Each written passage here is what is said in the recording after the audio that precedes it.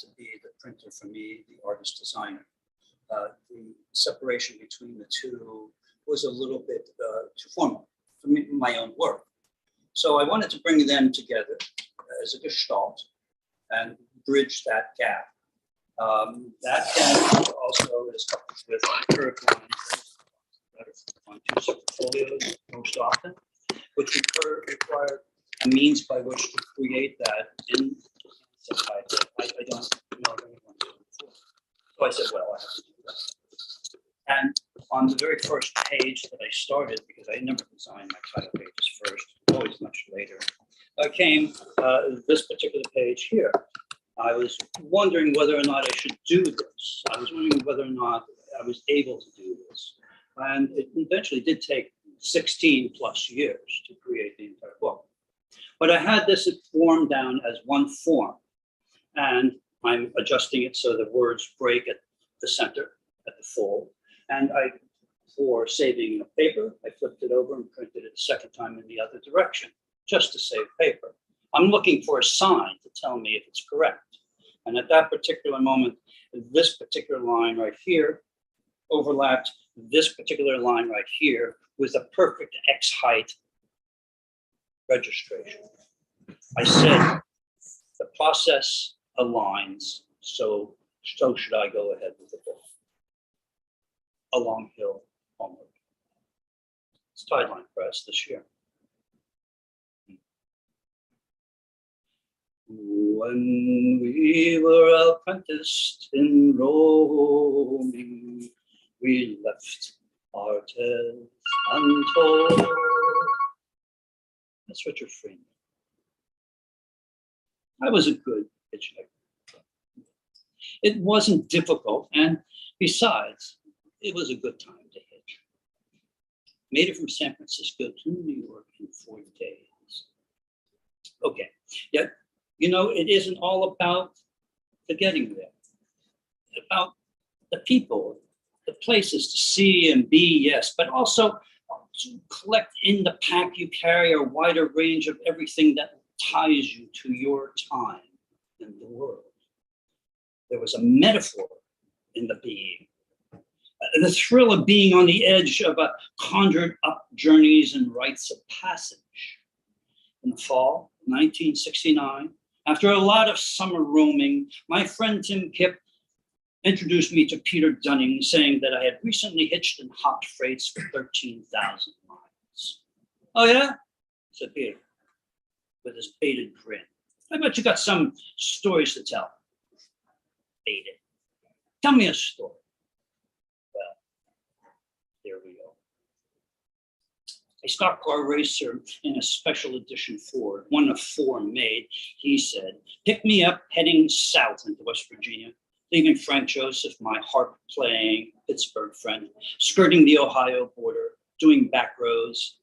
We were doing 140 miles an hour in that stock car on that curving mountain roads. Never gone that fast before or since. Holding onto the door handle as if that was safety. Never gone that far. Safety. Heck, the 4th carb hadn't even kicked in yet, he chirped as the opposite lane we had just missed an oncoming car. We had come upon a car doing about 50 miles an hour, only about a third our speed, and too fast to stop, passed on a blind curve. No wonder this guy was banned from most tracks in the South. Nerves jangled from the ride. Late afternoon with a clear sky, I hopped a logging truck at a T-junction side, climbed high and felt a strong and building wind as we took up speed, lying flat on the tough bark V of what had been 2 trees as the endless skyway curled counter to the curving road. I flew too, always saved from some near madness and often close to some temporal salvation. We sketched as kids growing up in 1950s Pittsburgh. Before the plows cleared the snowy streets, we'd grab hold of a car's back bumper and with a hot tailpipe exhaust and tires spewing clots of crunched snow, we'd use our leather shoes as for skis. crouching into a ride that could end in a block or not stop for a mile or more. Most often, the rider would spy us and chase us off into the cloudy and skyline of the night, where we would only try our hitching and our hopping, our skitching over again. Through Kentucky and north into Indiana, back on an interstate and heading to Chicago, Evanston really, to see Carol, an early friend, and before heading to Colorado, an earlier poem, 1966. Most see things large, only when close, but Carol likes where the stars are. The previous winter, our mutual love of architecture brought us one windy night to the closed-off Michigan Avenue around the newly rising Hancock Tower. The garden joined us. Nice building, huh? Oh, yeah, and it was, with the sloping sides, diagonal beam structure, and the glass fused on glass corners. Pick the elevator up to the 71st floor. Huh? Really? Sure, he replied. And we did, stepping onto a high, floating, small, dark platform. No walls, just the invisible wind between us and Lake Michigan and the bright city far below.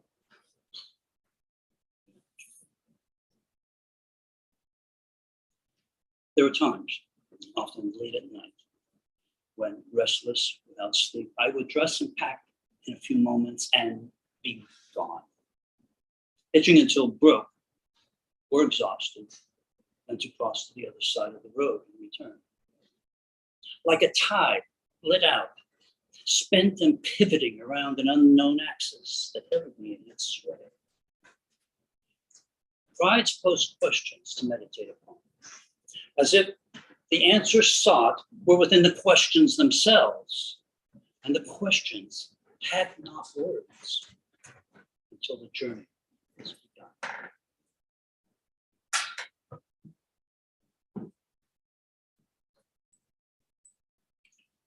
Now, at this point in the story, I have to tell you an earlier story. Going south, one ride from Rutherford, New Jersey to Miami, one long ride in the back window of a Triumph. Craned my neck and I could watch the Shenandoah Valley ribboning back and away from our heading.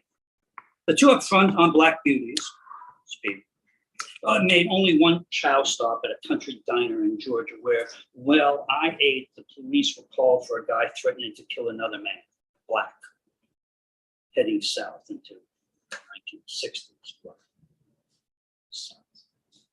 I lost my wallet in Miami, but my main money was safe in my shoe, enough there to stay out of the hands of the police when stopped, and they did check me out.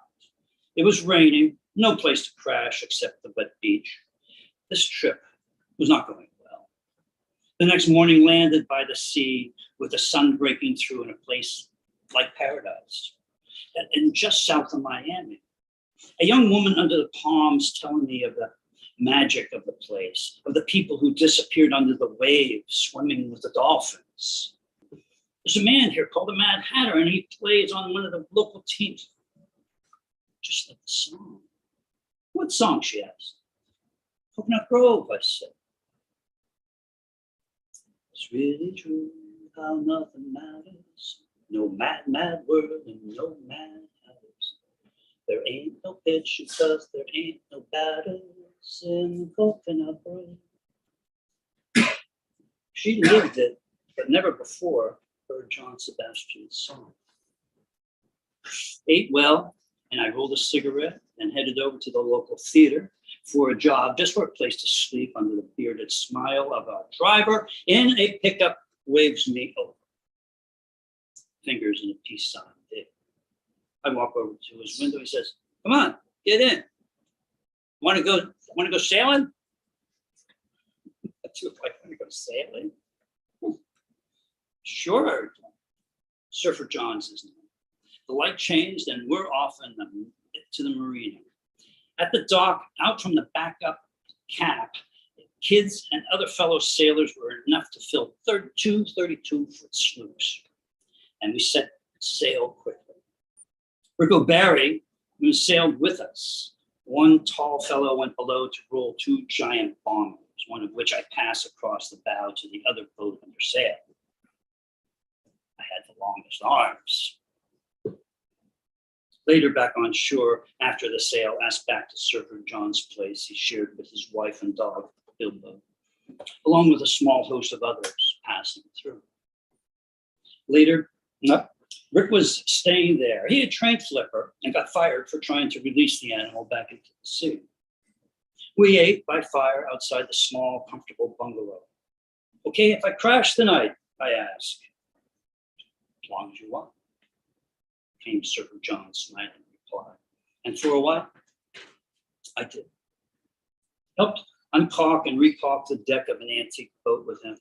But that first night, I washed the dishes, which had piled high as a way of saying thanks for this good port in the storm of my travels. There came to the grove, white-robed, wand-carrying magicians carrying sailing a converted yacht, spreading a message of vegetarianism. But they spoke to us in Surfer John's house of friends about other matters, spiritual. Also met Sue and Sean, who months later came north from the grove, and we met again, and where we were again taking leave of each other, Sue turned to Sean and asked, "Can we tell him?" Sean considered and said, "Yeah."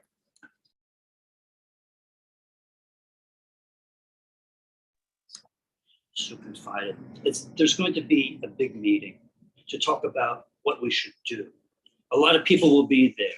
John Lennon, and you can't tell anyone else, okay? Sean added. So that is why I'm on the road to Chicago and then west. There was a chance for change and a chance to be there when it went down. We were all like sailors then, checking the skies for a change in the weather. Side story. Left off at the bottom of two hills with the twilight just about gone. The worst place to be when hitching.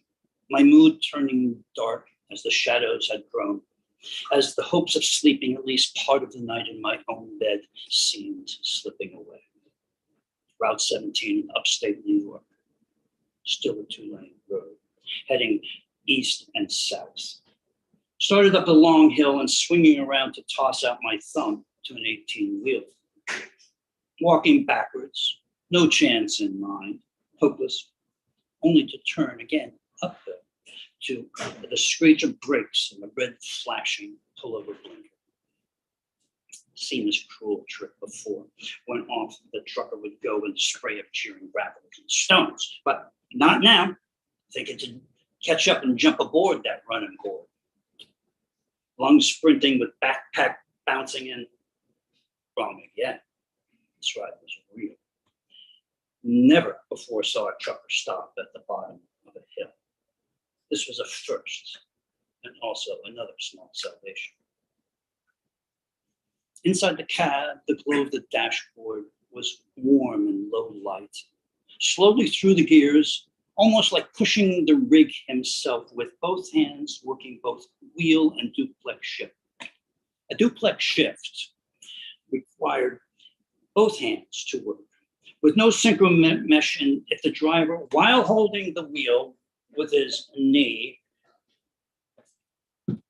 missed a gear, he'd have to pull over and start again from a dead stop. Bouncing as we climbed the 10 gears until much work to pick up the stranger alone in the dark. As we climbed and rounded the crest with growing speed, there arose directly in front of us a full autumn moon, as big as the highway was wide.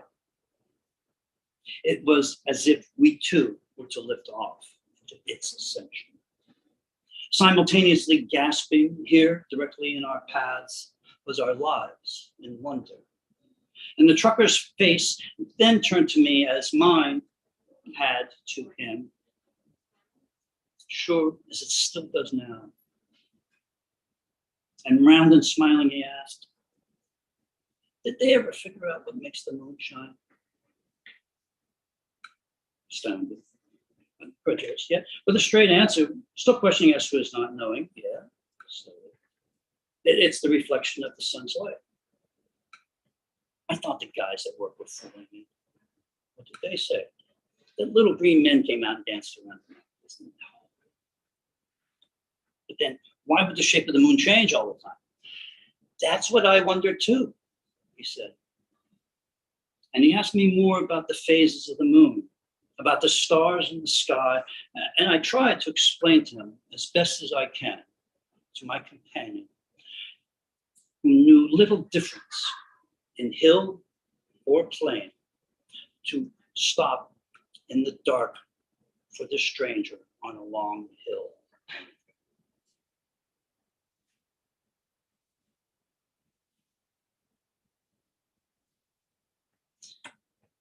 A long day of rides from Chicago found me left off just outside of Des Moines. 3 a.m. Flat, straight road with a view darkly held, only one pair of headlights seen many miles away, and down the road in approach, coming slowly across the night of no other light. I played at willing that car to stop, and damn, if it did not just pass and pull over, it came to a full stop directly beside me. 3 up front, I started to jump into the back seat, but that was piled high with motorcycle parts. So I squeezed in the front, sandwiched to the door by the 3 large bikers on 4 wheels. In the middle, a woman talked to me, leaning across the man between us, offering draped views as she did that were soft, light, and inviting, and how they carved into thin clothing. The man between us checking me out at the same time. They were El Forastero, bikers of Iowa, Nebraska, and the Dakotas. And she was inviting me to stay the night at the clubhouse. The invitation made me pause because it being too inviting, possibly too full of another game, what I did not know, but they were right. There was nobody out but us on the road that late at night. So accepted, thanks. The hard cot felt soft, and I was no threat to El Forastero, was a friend to others on the road. Invited to stay another night. Remember that Aspen meeting? Not far off, which was still many months to go. Or stay for a concert and party the next night. Got split. And always regretted giving up being at Janis Joplin's concert that night with El Forastero. Maybe that was the meeting for which I was on the road for. Anonymous haiku. I regret picking and not picking the flowers.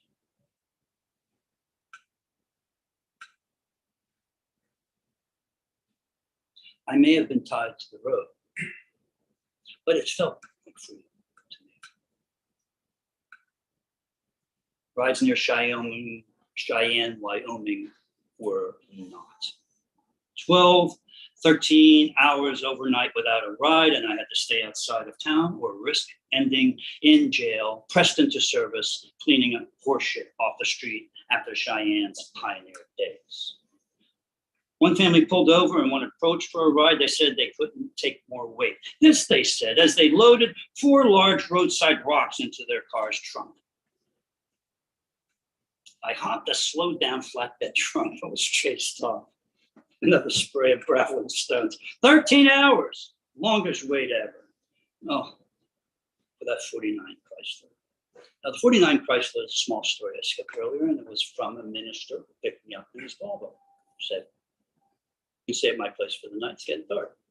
And I looked good. His 2 daughters were off and with the mother visiting family in Missouri.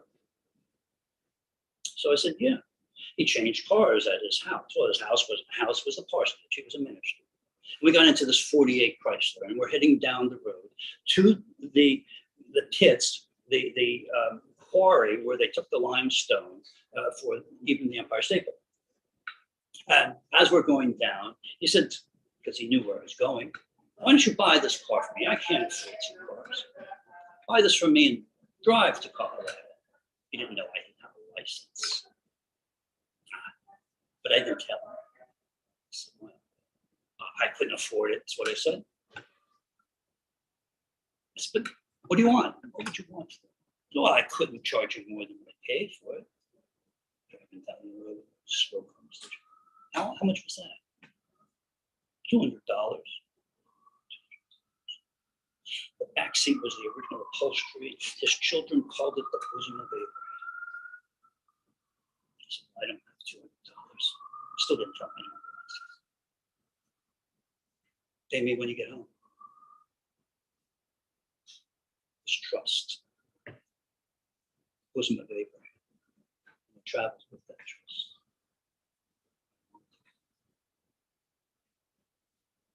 Finally got to Denver, threaded my way through the city streets that finally led to the road heading west and up and into the Rockies. I first saw rising before me 2 days back down the road ago. But now, let me rise. Let me rise with you too. A 54 Willis with a sweet brother Dan and his even sweeter lady brought me up into the Rocky Hills, into the Rocky Mountains, along with another woman who was the sweetest of us all. The Willis started to overheat and Dan filled the geyser like radiator with cold stream. Too late, I realized he had shut the engine down, and my fear that the engine block had cracked later proved unfortunately correct. Felt bad. When they picked me up, they picked up extra weight. Dan left me off in Aspen, and the three of them went to camp on a small island in Maroon Creek down from Maroon Bells. Aspen was awash with freaks, with Sue and Sean not to be found among them. Money low, I got a job at the Red Onion, which provided a room with a bed and up the back stairs from the kitchen. On July 4th were bombs. Not fireworks, bombs. Bombs planted by local rednecks, ultimately they found out, that they could frame the freaks and run them out of town. All the freaks and folks seemed to have a dog, most often unleashed. The next day, the dog catcher's truck was parked out back of the restaurant with as many pups could possibly be packed into the large single cage. I was ready to split and couldn't resist that cartoon. Opening up the door to that cage, and the dogs fled, and I followed behind them. They ran down the alley looking for their home, and I did the same, joining my friends on Maroon Creek. The meaning, if it did happen, is beyond my knowledge. I continued growing.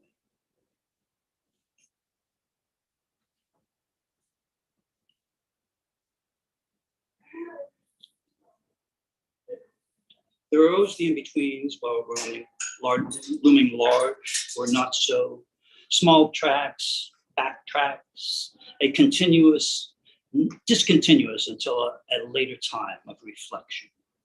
We left the Maroon Bells with a triple rainbow on our side, westward to the deserts of Utah, south to finally cross the Mojave at night with a cake of ice on the floor in a car with windows wide open, to California, and then coastal north, camping under the big trees, only to turn again back east, $4 in my pocket. Of course, Woody was right. That what you write best is what you see. But the writing for me has come later. The words drawn out from the reasons given by the events and longings and loves and evils drawn to and away from, in hopes that what you can't see, that amalgam of spirit, so short a time in living, lives like a vein of ore gone further down underground. Mind only when at a later time it proves time to write. Right time again to see through and with our words what is right. When our basic freedoms feel threatened again by governments of liars and thugs wanting us to be the same. Right time to see and write and sing and string my guitar to kill fascists.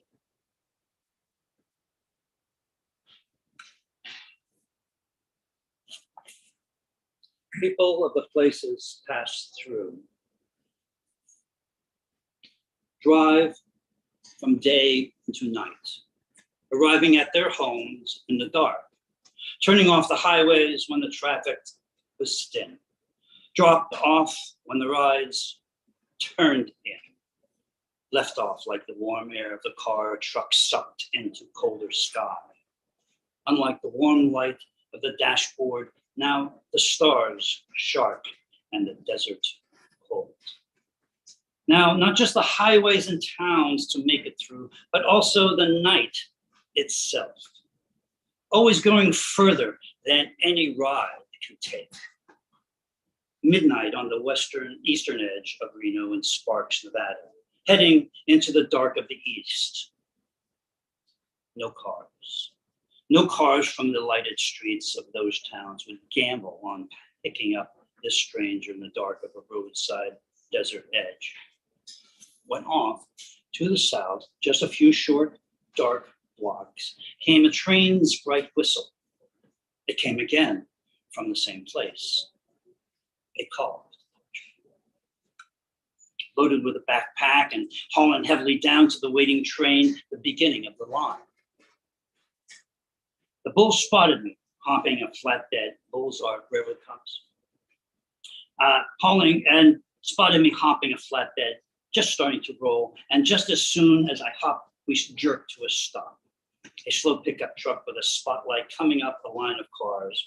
Rolling off the far side, I made my way to an open boxcar. A dark door opened on my side alone, leaving me, as I climbed aboard, hidden. The bulls, they did not find me.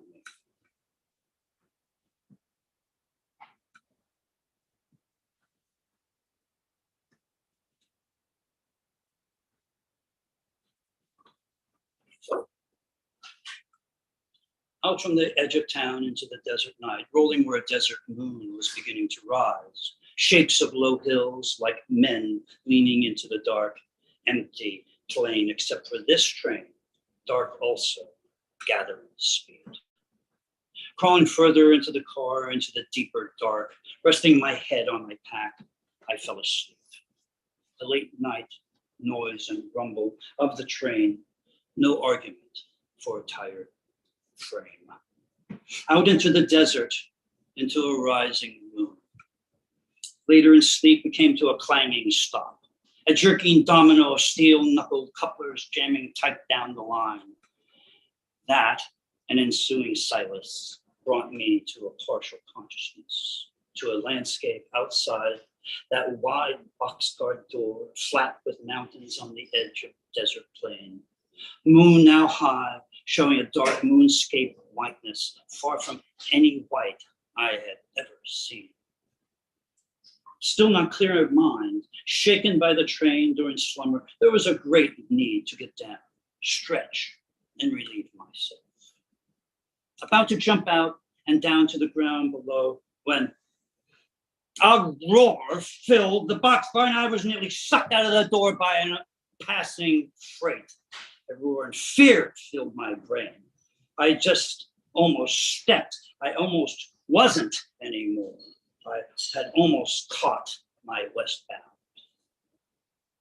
Catching the westbound is a hobo term. We're sidelines for a good reason, knucklehead. Was about to allow another train to pass, and after it did, along with the noise and blur of fast steel just feet away, my heart began to slow. I needed to pee more urgently than before. Again, about to jump, this time I paused.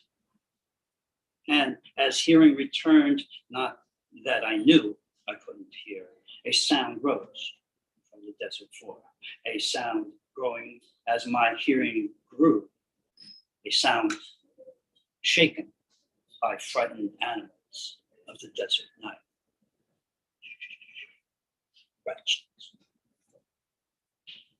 I relieved myself on high. From the boxcar door, releasing my own fearful, defiant hiss onto the ground below, ghostly white ground, hiding darkness into which I did not step down, did not take that final step down into the night. Next day spotted the bones of cattle along the tracks, bleached in the sun, passed quickly in a shallow curve of track and left behind as fast as seen. At a slowdown, I left that train on the fly. Catching the westbound, a hobo turn for death. Later, it crossed the shallow flats of the disappearing Great Salt Lake without me on board. These western skies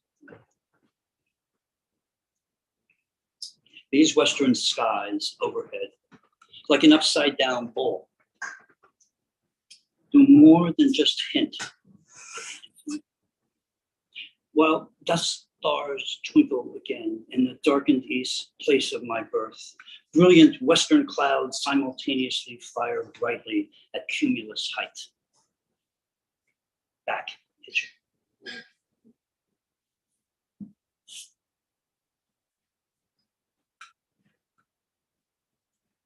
Got a mid-morning ride out of Jackson Hole, Wyoming. South to Rock Spring is in a VW, driver named Bob. He convinced me to stay on board, help him stay awake across the drowsy desert, high desert miles, to turn east into Route 80, and hours again, south again to Fort Collins, Colorado. I had another path in mind, but you're always learning lessons in roaming. Free and far from the cities of the East, it's often easier to allow another to choose the road for a day, sometimes longer. It's what you can do when you travel alone. Conference foils the chance with too many questions, for perspectives from two vantage points rarely converge. Drivers picking up riders were mostly alone, and so was I.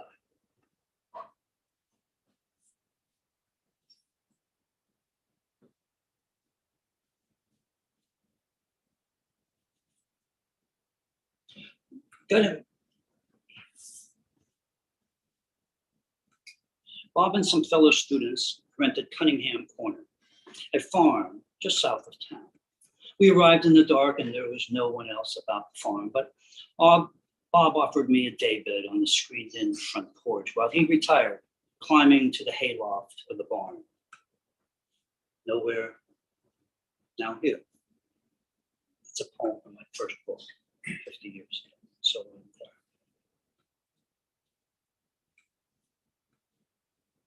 into the dark night came a light from a door with a small voice coming from the light.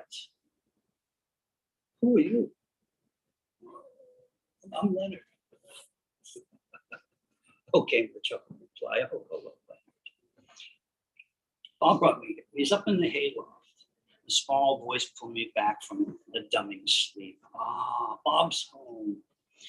Then the slight woman attached to that small voice, brightening voice, continued louder, calling inside. Hey, Chris, come look at the little boy Bob brought home. I rolled up tightly into a small ball. My long frame against the mosquitoes and the night's chill. There, where she found me, she then sat easy and slow on the bed's edge, tucking my thin cover gently. My name's Linda. My long, chilled frame unfolded by her side as I stretched. The differences between day and night in the West and in the East was like the differences between night and day. The darkness between the stars ruled the mind. Light ruled the soul. The moon was new and close chasing the sun. The dark porch of the 1888 farmhouse, cold. At that very moment, men were preparing to walk on the moon. Distant habitation, distant stars, our paths chartered and mirrored overhead. At our feet, a dusty attempt to understand. Linda took me in and up some impossibly narrow stairs that led to her bedroom and her brass bed. Linda handed me a small red stone. What's it look like? She asked, her voice still small, but turning softly. A heart. You keep it. The stone grew larger before our eyes, a sparkle at its split cord. For the short time between sleep returned, noises creaked up warmly from below. A small voice like the sparkle of a stone punctuated a warm descent back into sleep. Everyone was gone when I awoke. I wanted to stay, but I left.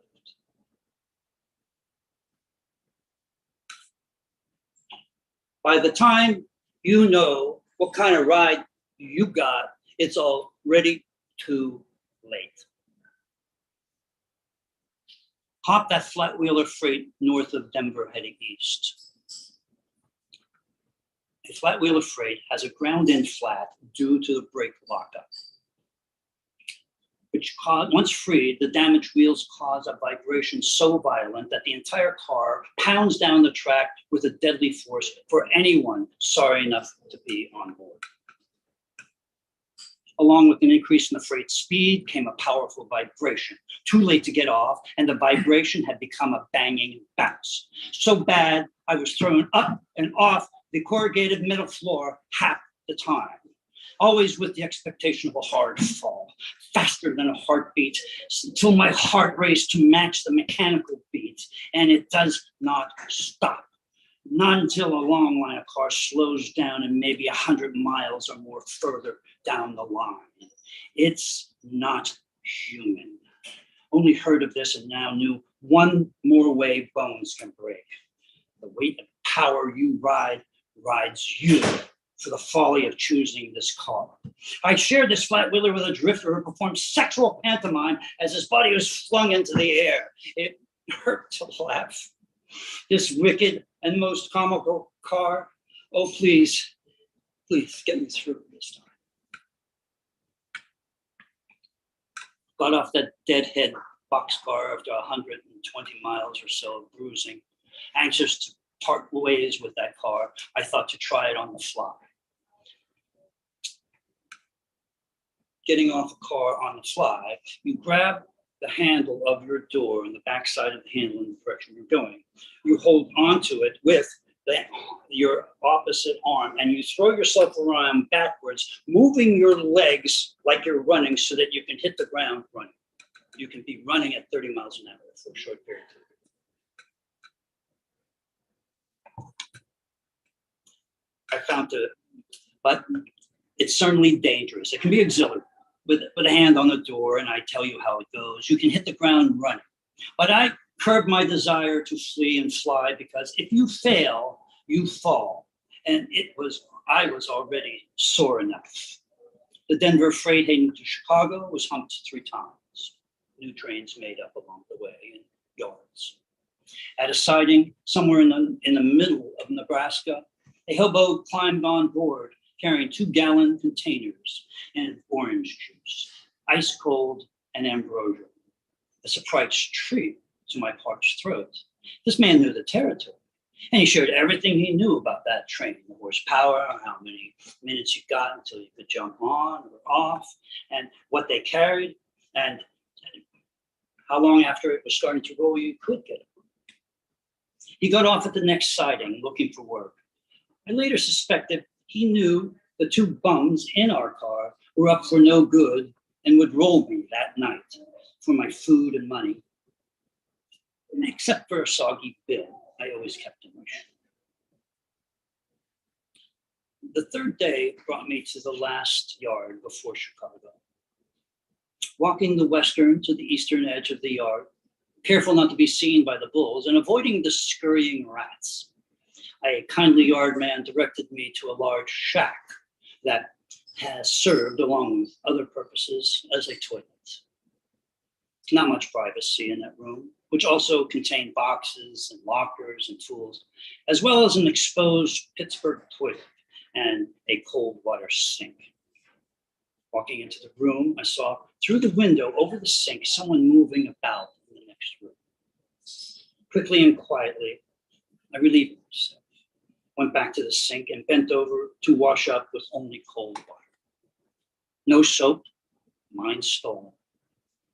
Unbending my still sore frame slowly, I rose to come dead on, face to face, through the window with the man in the next room.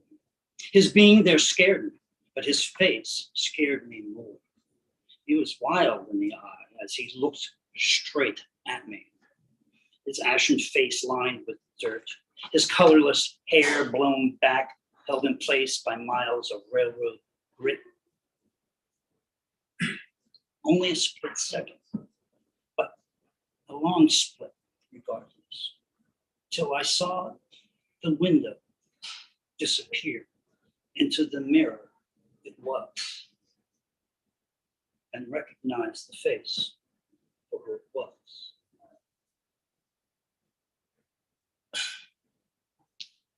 Many railroad stories are told with a mournful modality. Here possibly was my story, and it was not to my liking. And I sang "So Long, Been Good to Know You," and hopped my way along less brutal lines. From Chicago, I flew east to see my folks. Men were on the moon, but with my eyes hurting, I could not watch. Stayed for 2 weeks, letting my eyes heal, when a letter arrived from Cunningham Corner. It was short.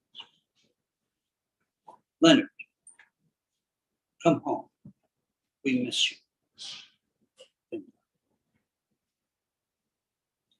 And once again, I would be gone.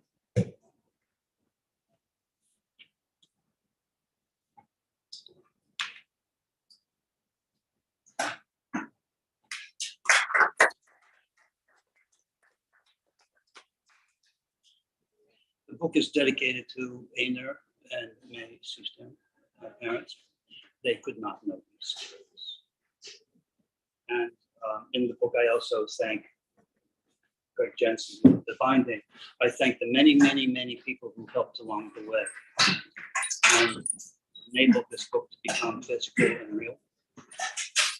Most particularly my wife, who was particularly good in the last couple of months of putting it together after 16 plus years. It's an additional 25 copies. A Long Hill Homeward, TideLine Press, 2022. So back in time. Thank you. Moments for questions. I know in order to elaborate on some of these answers, we may be projecting some things, which I can do. Just give me a signal. But yeah, any questions or comments? Well, I could start it off. I'd like to tell you that without my becoming one as the artist designer, to me the printer, so that we were working simultaneously. And part of that came from the prints. The procedure of making the prints is to use 2 or more presses in unison with each other. The first one is that we'll create a primary print. And that primary print is not to be used except to make the final print. The primary print is made by pulling a print of wood type. If you pull a second impression and it overlaps onto the first, there's a greater density there, so that when you go to the second press, which has no ink, only wood type for pressure to offset with pressure the print that you just made onto the final print paper. Now, if you have multiple impressions on top of each other, you start to get multiple values of gray and black printing simultaneously for the final print. If you have the opportunity to use 3 presses, you can do an offset away from the primary print, which will then reduce the density of ink on that primary print paper, so that you have the ink for one impression and another impression over it, so it's darker, and where you pull it away, as it relates to 2 impressions or 1 impression, you have 4 then different values of gray that will print simultaneously. You also get a little bit of patterning of the paper, of the counter inside the type that's offsetting it. So there's up to 5 or more possible grays. They're soft. They're not the hard black that you get from letterpress, which is really a binary idea. You know, letterpress works in the yes, no, but you print ink or you don't print ink. That's it, unless you're doing halftones, which is still halftones making ink or not. But this is a softer one. Now it's made also of letter forms that when they're offset, go back to their non-readable form that we as printers understand. It's the same reading as you see the original type. They move through this book, much like the early part of the book that reads that brides pose questions, and as if the questions sought, the answers sought were within the questions themselves, and the questions had not words until the journey was begun. And here you have the letter forms in their original form for the printer, surfacing still even without words. Fractured, yes, sometimes indecipherable, but letter forms only in themselves. And it took from moving from the 1 press to the 2nd or the 3rd or 4th, which I sometimes use 4 presses. And we have an image, we have a video of my pulling a print, and we can show that. But what happens to me ultimately in the making of these prints is that I'm working inside the press. I'm not directing it as a director would, as a designer would, to say you're going to print this way. I don't know what it's going to be. I know I can lead it there. I know approximately where I'll find, and I'll be able to draw out what I want from it. But I don't know what it's going to be. So inside or between these 2 presses, I see myself inside 1 press. And inside that 1 press, I am working from a different philosophical position. And it's inside that press that allows those 2 factions of myself to become whole, with the printer and the designer as one. Now, in the production of the book, as I'm going through it, it didn't stop there. If I asked the favor to have the way of approaching this book in a unique form for typography, that is, it asked for more. And it required me to create new writing where it was required.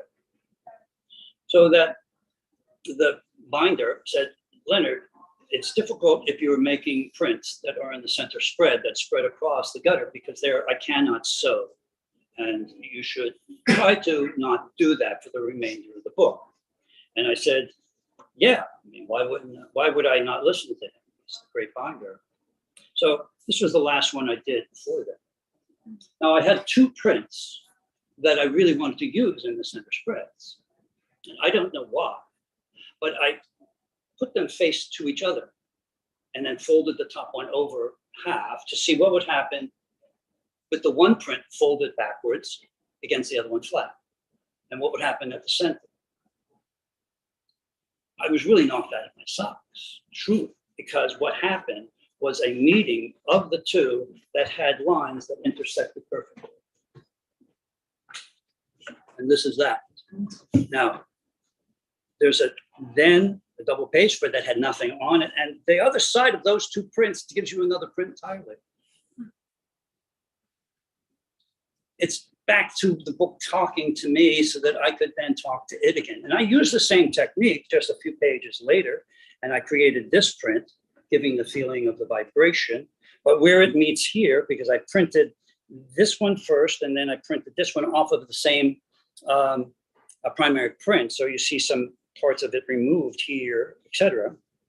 And where they meet to go to the other side, again, another double page spread across, becomes this. So I'm working inside of the press to get this, and now I'm also working inside of the book to get it too. And it's just, it kept multiplying for me. It's a book that changed my life in relation to my making books, which I've been doing for 50 years. How long it took to write this book? The writing came from my telling the stories. And then a student saying, well, Leonard, you ask us to put ourselves into our work. Why aren't you doing your stories in the book? And I'm going, of course, yeah. And when I sat down to write it, because I had unknowingly been practicing what it should say for years in the telling of this story, that the story itself was not an issue whatsoever. I knew it was going to be. But then I started inventing words like enskyment of night. Where'd that come from? And so I gave up the right to tell you the story verbally. It's been codified for me.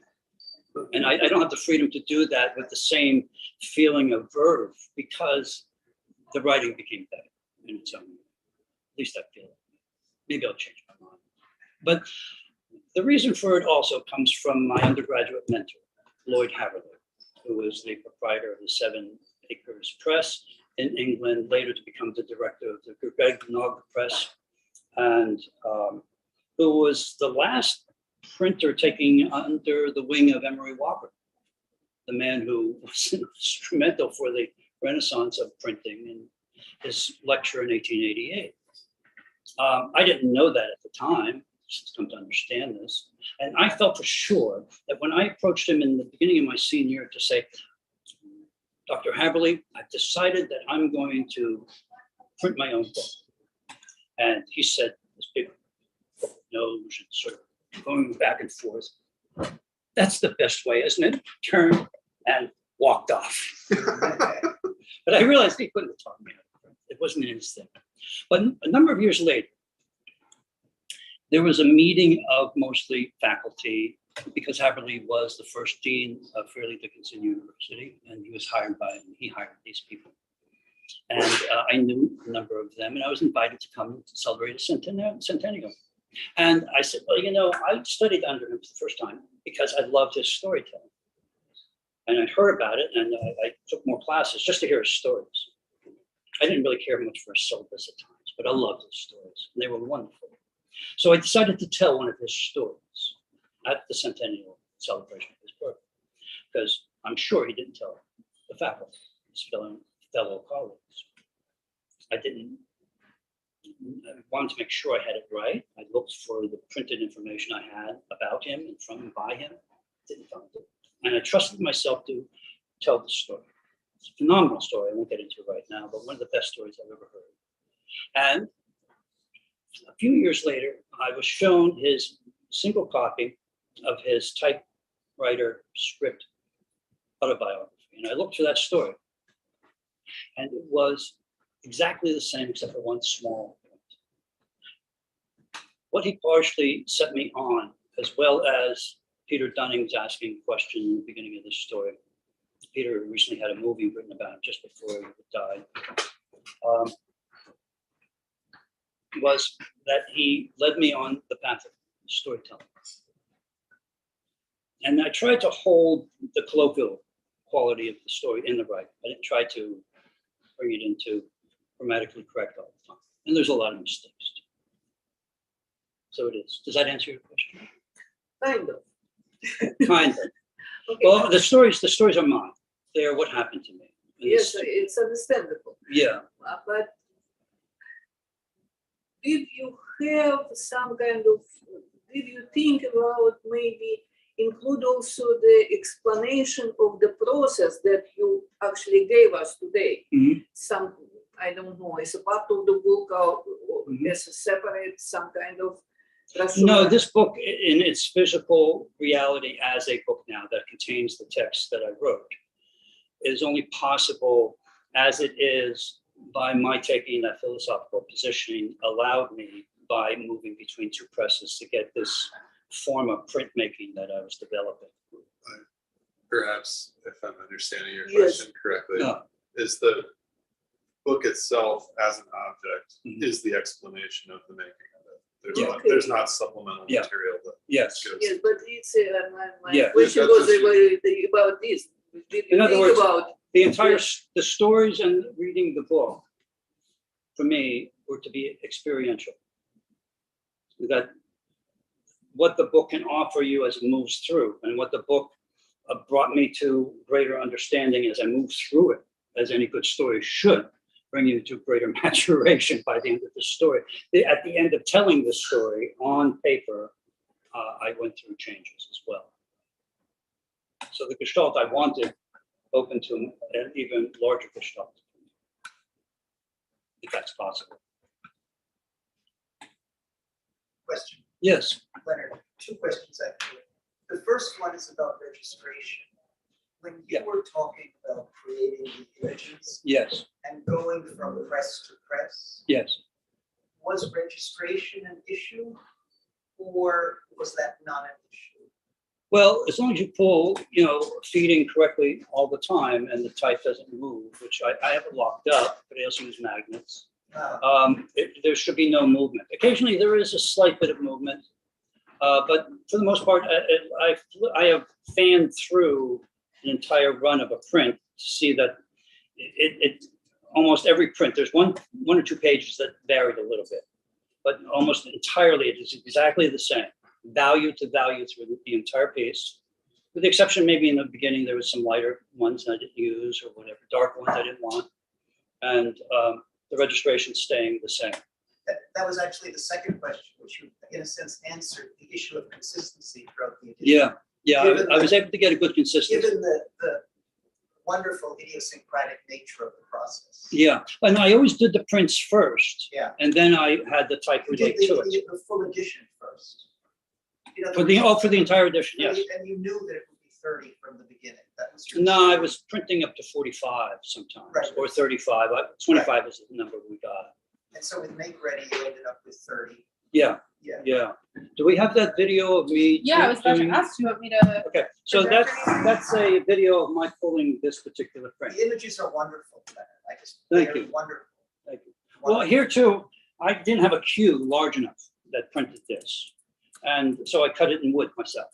So it's still wood type. I did not want, I had the idea that I could just cut forms, which I could do.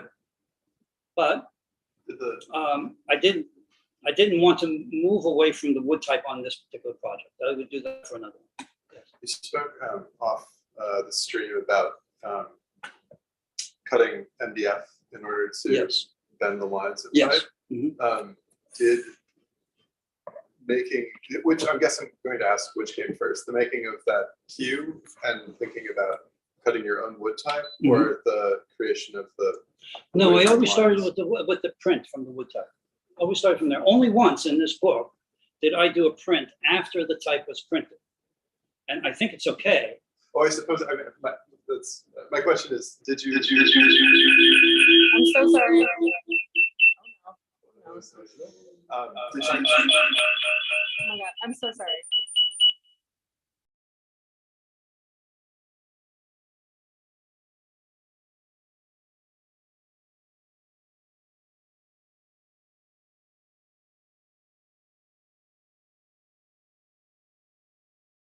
About the,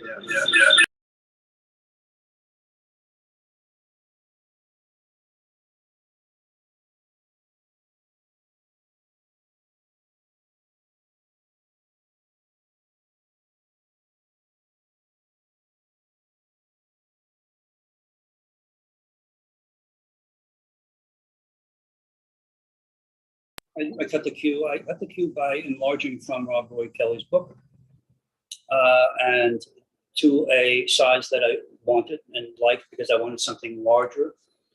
This form of printmaking does not work for thin type or type that is meant to look like a Roman typeface, etc. It will give you an entirely different look.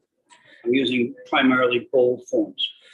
Okay, I'm ready to project this video if you were, should I show the Yeah, video? one more Oh, second. sure. So Yeah. the print I showed you, it's okay. It's all right. But I didn't like it. And I was also not able to make any corrections because each of the curved lines going across the gutter means that if I was to fix this page, I'd have to fix this and that and this, and then I'd have to go back further and further. It's a domino. So one reason why it took so long is that I couldn't make a major mistake. So that drove me slowly. as a means by which to make my way through it. But I took time to muse through it and find my way. It's just in the past couple of years I really wanted to complete the book, and so I pushed it to do so. Even the two prints that came together as one print here, and on the other side of the sheet, the two sheets came to a separate and totally different print elsewhere, came that blank page, which at that time I didn't want to lengthen the story. It went from Linda telling me her name and then bringing me up to, give me her bed for the night. And so I went into a meditative state of what was actually just happening at that moment, so I could write of just that moment in time, which was so very dark and very cold. And because I was also brought there out of somebody else saying, "Would you help me stay awake?" And finding myself, and then finding that the habitations were almost like the early fortifications that were very different from far between each other in the West where I'm traveling. And it looked so much like the stars that were totally separate and distant from each other, the habitations then, which is not quite the same out there now. That farmhouse is now a small museum. It's incorporated into the town of Fort Collins, which is surrounded by the suburbs of the town. And whereas before you couldn't even see the town, its lights. So I wanted to write of those changes that were happening from when it was. And this is really, it's my story, but it's not really about me. It's about another time. It's a documentation of some sort of a place where people could talk about, dolphins jumping into the sea and you chasing them, or finding some way to have a meaning to your world, and you're invited to a secret meeting, but then it doesn't happen because there's bombings going on. And I checked, by the way, all of that. I called up the Aspen Times. I said, I want you to confirm that happened because I'm remembering it, but I want to make sure it's true. The police found that it was rednecks who were trying to get the freaks thrown out of town. And, but that's one reason why I let the dogs go. But that was a cartoon, I remember. It was all mixed up and wonderful. And there was a metaphor in the being, as in the first page. But there's also within that piece that I had to write that I found that I was writing again about the sky. And I realized that I had written about it numerous times in the book. Most sea themes large. And so that sort of brings it to an end, that one theme that's running through the book. So it's a very organically done. So part of the answer is that the structure comes from the processes, and the processes also demanded certain things for me to do that made this book better than I could have made it if I had said, let's take this text and make a book out of it, and it will be straight lines and we'll read it. It's understandable. It's a different experience for it. Well, I think we have about 25 minutes left for question and answer. Would you like me to play this video? Yeah, well, this is a short video. This is just me taking a 90 pica line length in the MDF. It's kind of precarious to carry that. And it's about this long. And I also see if it's going to hold together. I can't do this all the time. But I bring this over to the first press that I'm doing the primary prints on, as well as the text. Got newer rollers on it. And move it up into position. And that's a building of a form. I think that's the form for my following the dogs out of town. Great. There's another video. Yeah, let's go back. Apologies, everyone's going to see my email. All right, so we have this one. So this is going to be a small video I made of printing that large cube. Here, I want to stop before you go. I normally would be printing on sheets of paper at least this size, often larger so I could have things bleed off the edge when I'm offsetting it. And I'm printing very often with a print that would occur here and here so that at the same time I could turn it around and print the same thing again. That was the most common way of doing it. I was surprised when I looked at this to send it that on this one, I am working to offset with this cube that I cut by the other press that I was just on before with the type, but not, the type's not there now. I'm setting up the final print paper here. And this is a mask that goes over, so you can see the large amount of ink here that doesn't get just schmoozed out without being properly offset. I return to the first press for the primary print. I never ink just back and forth. I always give it an extra inking, at least here for the first one. I think on the second run, I want to keep it a little lighter, so there's a difference between the two runs. You can see that there's a shine to this paper, because coated stock works the best for this process. Now that's the first print of the cue. It's getting a little off lighter where there was some impressions from an earlier run. Here, however, I've flipped the cue upside down and changed the spacing from the end of the sheet. Gave it an ink. I usually check to make sure that it would be properly placed, because I don't have it locked in place, but the movement of the cylinder will hold it back. I feed it again. Here you see nothing but chaos. Don't worry about the double Z. I use that for another primary print one at a time. Has nothing to do with this.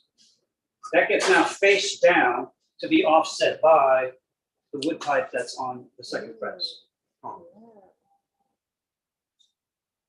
Here, the primary print and the final print will kind of stick together. Oh, will actually stick more to the primary print put to the side, the mask put to the side, and the print taken off and checked to an earlier print that there's a consistency. Second, one other thing happened on this that I never used in any other place in the book, is that when I was cutting this out of the, when I was cutting this out of the mask, I just threw it on the cylinder to do a shadow print. And that's the only time I'm using that. You can always tell the shadow print because it's always has a little ghosting around the edge. Now there's always this other little patterning of the texture of the paper, which is arch covered in places I can't attend. I could mask this off, but I can't mask that off without interfering with the print. And I don't care to, I like it. The edges are soft, and the quality of the imagery here has multiple grays and blacks that can be printed simultaneously. There's an excitement to it that I like that I then need to relate. And on that particular image, the type moves through it. It's the only time I actually have type printing on the gray. Otherwise, it's there's always sort of a relationship that's close but not over printing. I found that a little bit more difficult to read. Now, there's something else that's in evidence here, and that is here. This is the nowhere now here in the first place that it appears. I skipped that in the reading so that we could get full reading in, or near full reading, and at the same time, have enough time to talk about the processes. This W is not cut, it's not broken. The method of printing is extraordinarily simple, and today I'm going to expose it for the first time. The form that is being made is for the double page spread. There's word breaks at the gutter. It's as simple as if you were printing this, which is on two different sheets ultimately in the book. I've just pulled a couple of them on one sheet for the heck of it, for the title page. So this is one line. Now it's a straight line and it's not a problem. I could do perfect registration as we've always have by making the correct measurements from here to there with the furniture, etc. But with a curve type, you can't do that. So you have the overall form, but you're printing it to here, the fold, on two separate sheets. So if you want to print a long hill and you're printing it in this direction, you're going to have the packing at the far end of the bed and no packing on the cylinder at the near end feed. You're going to ink it up. The height of the type does not change. You're inking that evenly. You're feeding your paper to take the impression, but you're taking a piece of glassine, I find, and I'm putting it to mask the type that's not to be printed. If you feed well, you can get perfect registration moving off to another sheet by adding the packing to the opposite page and then masking the other side in response. The only differences you'll find is difficulty if you're going to attempt this is that the cylinder of the press changes with the packing that is on the cylinder. So if you're going to print the far side first and then you're going to add packing, you're going to be closer to the gutter because you have increased the dimension. Well, no, it's the other way around, sorry. But your type can move closer to the gutter. So you have to allow for that. Now, it was late in the process of making the book that I found a simpler way of doing it. Score all your paper first and then work by getting to the score. So if I have to move the entire thing this way or that way, 6 points, 2 points, whichever, easier done. So This is actually extraordinarily simple, but it takes a lot more time to do. So we have about 15 minutes left for questions. I just want to ask if anyone else has a question or a comment. Leonard, this is a really stupid question. Is the paper wet or dry when you print? I want to print it dry because I don't want expansion and contraction to get involved with the crossover over the gutter. You don't have to necessarily dampen this, but I actually have come to not enjoy printing tight on this printmaking paper.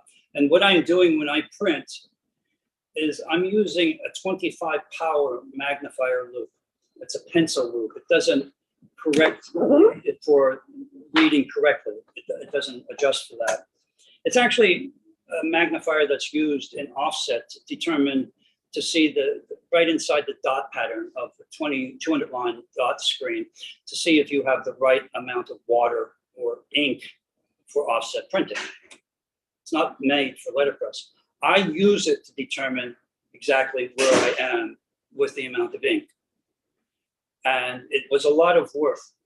And as you saw me double inking here, I never move with pulling a print, bringing the carriage back, feeding another sheet and pulling a print. I use less ink on my rollers, always. And I always then make at least one other pass across the type to build up the proper amount of ink. And I can tell the difference between, and if it's just to come in to be a little bit light, and I watch for the paper to show through, just the small points of paper is fine. And I can keep it very accurately within the same range of density. If I have the packing correct, and I'm adding ink by rolling it back and forth until I'm doing maybe once over and then the second time over, that's enough. Then I'll add a little extra ink. And then I'll go back to maybe I added too much ink. So when I'm coming back, I then maybe, well, I would do one extra and then I'd raise the roller so I can do for 1.5 times. It's something I do the entire time, and I'm checking every third of the way as to my density. Now, I got some of that understanding of being very meticulous when I was working on a flatbed press with a master Japanese printer, and we were pulling colors that were very delicate to pull, and yet we were doing it to density and swap standards. Swap standards are the specific density you need for each different color: yellow, magenta, cyan, and black.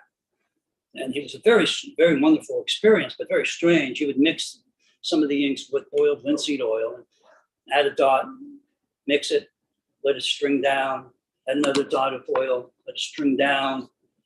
And when it was ready, he would point at it like I was to understand what I was supposed to see. And it took me 3 months till I understood what I was seeing, honestly. It's very bizarre. But he was instrumental in other aspects in which I approach my work. And I actually got that magnifier when I was working on that job. Yeah, I didn't want to do the dampening because it can change the dimensions of the paper too much. And I don't know. And some of these pages required quite a few impressions, so that this gatefold here has about 35 impressions, in total, to make the primary prints and to get them offsetted and to set the type. And there's, secondary color here and a little different secondary color there. And all of that took up to about 35 impressions. I added some blind embossments of stars, little periods from 14-point Gaudi old style I like to play with. And I said, yeah, that's nice, but I didn't include that for the rest. So there's a few copies that have that, a few don't. That's okay. But that's a lot of impressions, and you wouldn't keep that paper dampened for. This sheet, not that it took all of my time, but from start to finish was a year of work. I mean, I was doing other things besides, yeah, but concentrating on just this, I needed to move very, very slowly through it, get it, right, and to not ruin some of the earlier prints in the process. Because with 35 impressions, you can start to get a lot of mistakes. It becomes exponential. So about 10 minutes left. Another question? More questions. Okay. Yay. You may have already said this because I came somewhat late. What paper were you using? What's the paper? Oh, I would go to a thinner paper and a text weight paper. But the book is printed on what paper? But it's printed on arch cover. I would have printed on a thinner paper. I would have chosen a handmade paper if I could have afforded it at the beginning. But at the beginning, I was doing the prints, and the prints worked well. The prints in doing these offsets came from a client who wanted me to make a run of different prints or one print for the donors to their library at the Morris Township Public Library. A great way to get paid, and yet to really fully get an understanding of working with this offset, or relief offset process is what I call it. It's not offset, it's a relief offset. Clifton Metter says it's not offset, Leonard. That's the process I use. It's offsetting. It's the mistake. And I said, well, for me, it's not a mistake, so it'll be offset. Okay. Because it's just a mistake. It's the mistake that you get from sheets of paper coming off, and maybe a heavy weight, or the bottom sheet of a pile is printing the ink on the back side of the sheet on top of it. That's offsetting. And that's the basis of what I'm doing, but using it as a form of printing, printmaking, instead of as a mistake. I'm self-taught in printing. Yes. Did you want to? Any other questions? No? No. Well, Leonard, this has been fantastic. Thank you so much for giving this talk. Thank you for having me. Thanks for everybody here. I want to encourage everyone to stick around and view the show. It's over here. I'm sure you've all seen it already, but over here. And then on the other side of the print shop, we also have 2 other exhibitions going on currently. So thank you so much. I really appreciate it. One more round of applause. Excellent. Okay, thank you all. And I'm going to go ahead and end the live stream now, and we can all just kind of stick around and mingle. Feel free to stay as long as you'd like. I'll bring the book out. You can look through it. Huh? All right. How do I end the live stream?